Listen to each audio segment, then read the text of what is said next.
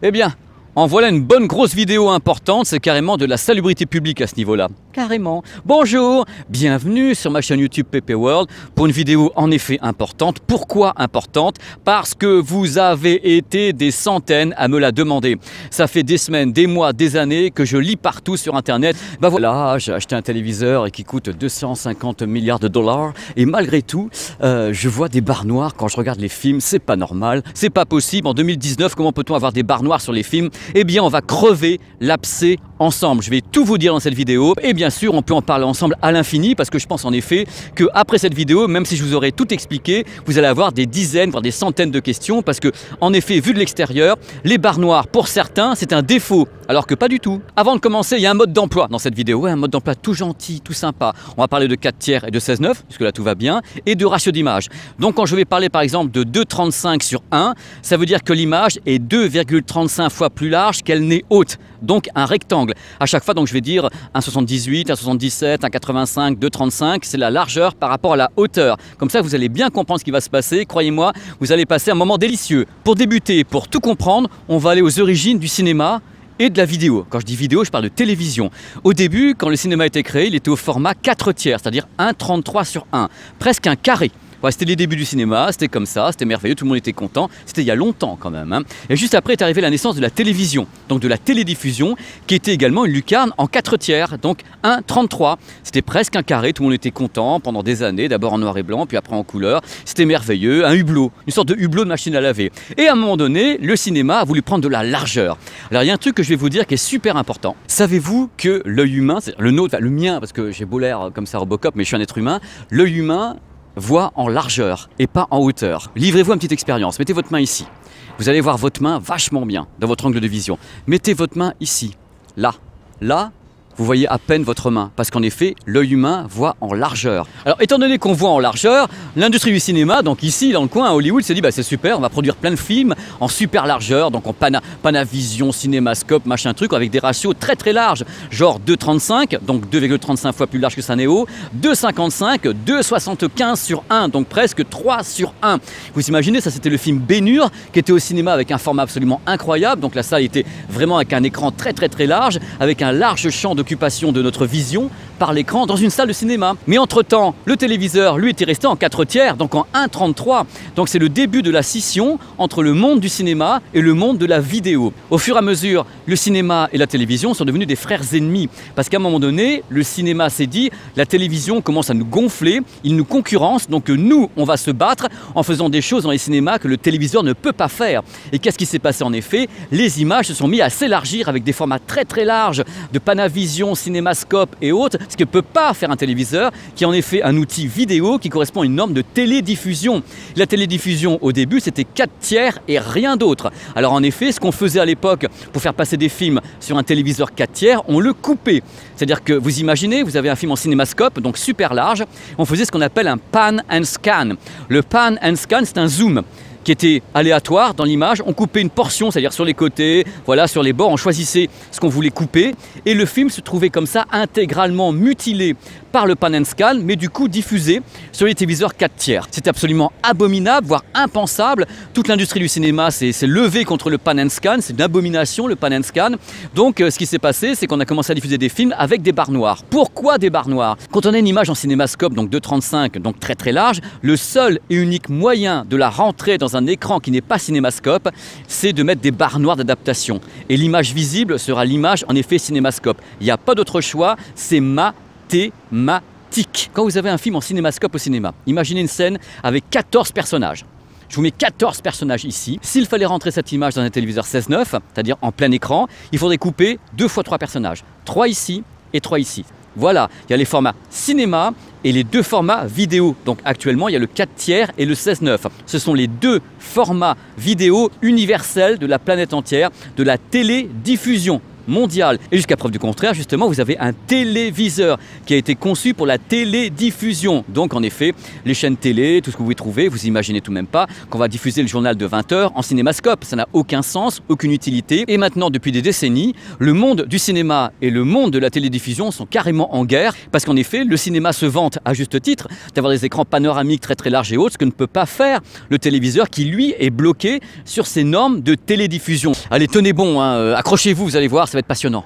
Bon, pendant que je bronze comme ça, je suis tout à fait lucide sur la situation, je sais ce que vous pensez, je lis les commentaires, vous achetez des téléviseurs qui coûtent cher, très très cher, super cher ou même pas cher, c'est pas important, ils sont 16,9 et quand vous avez une image avec des barres noires, ça vous gonfle, vous avez l'impression qu'il manque des choses, que vous ne profitez pas du téléviseur et autres, bref que c'est tronqué.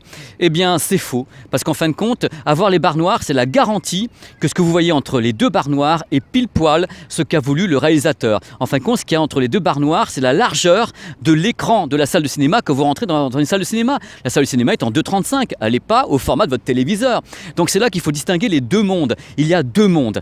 Et les mondes, pour le moment, n'ont pas vraiment de passerelle. Et quand un réalisateur, quelconque soit-il, fait un film, il ne pense pas à son film en disant mais comment est-ce que mon film va rendre sur le téléviseur LG, OLED, nouvelle génération. Non, non, il ne pense pas du tout à ça. Quand un réalisateur fait un film, construit un film, il pense salle de cinéma. Ce qui est marrant avec le monde du cinéma, c'est qu'il y a plusieurs ratios d'images, justement. Quand vous allez dans une salle de cinéma, vous avez remarqué, il y a un écran, il est là, et vous avez un rideau qui se balade. Le rideau, c'est pour caler avec le format du film qu'on va diffuser.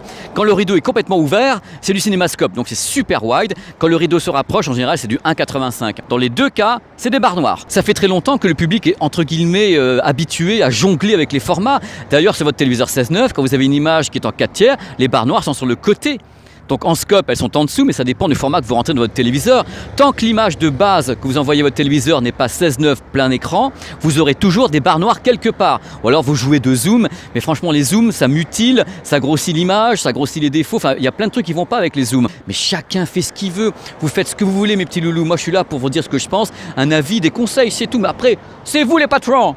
Alors là, vous allez me dire, Pépé, ouais, c'est moi. Nous sommes en 2019 avec justement Netflix, Amazon Prime, plein de trucs. Est-ce que les choses ont tendance à changer un petit peu? Pas tout à fait. Dans tous les cas, il est vrai que Netflix ou Amazon produisent beaucoup de séries au format 16:9. C'est normal, c'est une sorte de série télé, donc on tourne en 4K, 16:9, production 16:9, pas de problème, c'est du plein écran. Il y a beaucoup de choses sur Netflix également produites au format 2:1. Donc le 2:1, c'est du 18/9. Donc en effet, sur les smartphones 18/9, vous n'aurez pas de barre noire avec ces productions Netflix ou Amazon Prime en 2:1.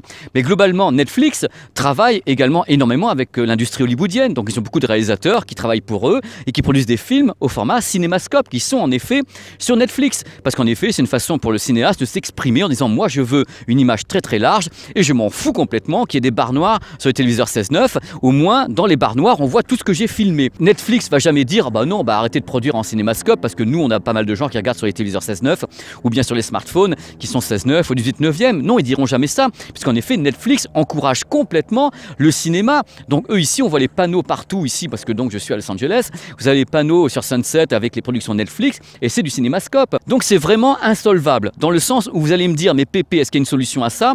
Tant que les réalisateurs continueront, et ils ont raison à mon avis, à vouloir filmer en wide, en panoramique, et tant qu'on diffusera tout ça sur les téléviseurs 16:9, vous aurez des barres noires. Il faut bien vous le mettre dans la tête, vous en aurez. Il y a des tas de productions qui en effet n'ont pas de barres noires parce qu'elles sont directement tournées en 16:9 ou des petites barres noires parce que c'est du 1,85 ou du 2:1.